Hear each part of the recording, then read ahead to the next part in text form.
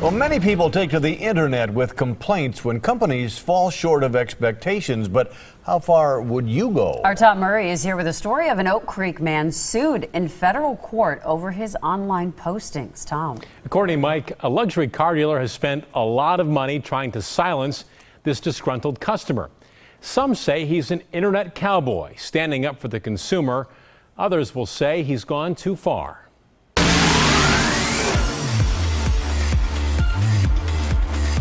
The Chicago Motor Cars showroom would make any car lover's mouth water. Porsche, Ferrari, Range Rover.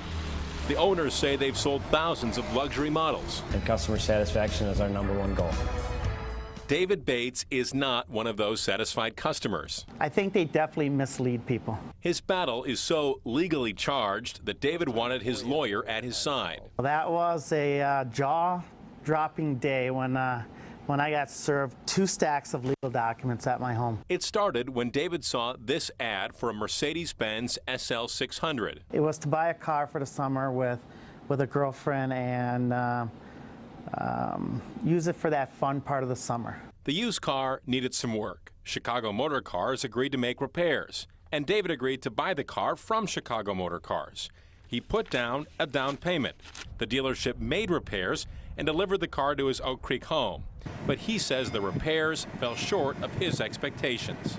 Issues with the body, that the car had been in an accident, issues that some of the functions on the car didn't work. When the two sides deadlocked on how to resolve the dispute, David took his story to Facebook, then YouTube. This car has more body work than Michael Jackson's face. David's campaign then went beyond his own experience, posting dozens of YouTube videos. And you should never, ever listen to these 5 clowns. He talks about what he considers overpricing.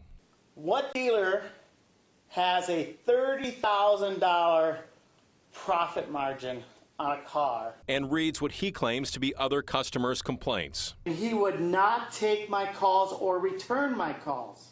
David Bates also has a website, ChicagoMotorCarsSuck.com. When we Googled the dealership, their site comes up first.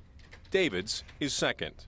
David Bates became such a pest for Chicago Motor Cars, they attempted to force him to take his videos down by taking him to court, federal court. The dealership lost, and David's allowed to keep almost all of his videos online. Freedom of speech wasn't free. It cost a lot of money to stand my ground. Chicago Motor Cars now spends a lot of time and money online, countering David's attacks. We look to build a relationship to sell you multiple vehicles in the future and to keep you happy. The owners did not want to record an interview with us, but they did talk extensively with the microphone off. Chicago Motor Cars says they have hundreds of repeat customers. They point to an A Better Business Bureau rating and a near-perfect score on DealerRater.com. The owners say they spend hours each day countering David Bates' claims to potential customers. Chicago Motor Cars, you suck. Legally, he has not crossed the line. You could argue that he has ethically crossed a line. Marquette University's Eric Ugland is an expert in law and media. There's a fine line between a public service crusade and an unhealthy obsession. As for the Benz that started this all, the car was returned to the dealer, and David says he has his money back, but he is still slamming the dealership online. I think it's time well spent if one person doesn't have to walk the walk that we did.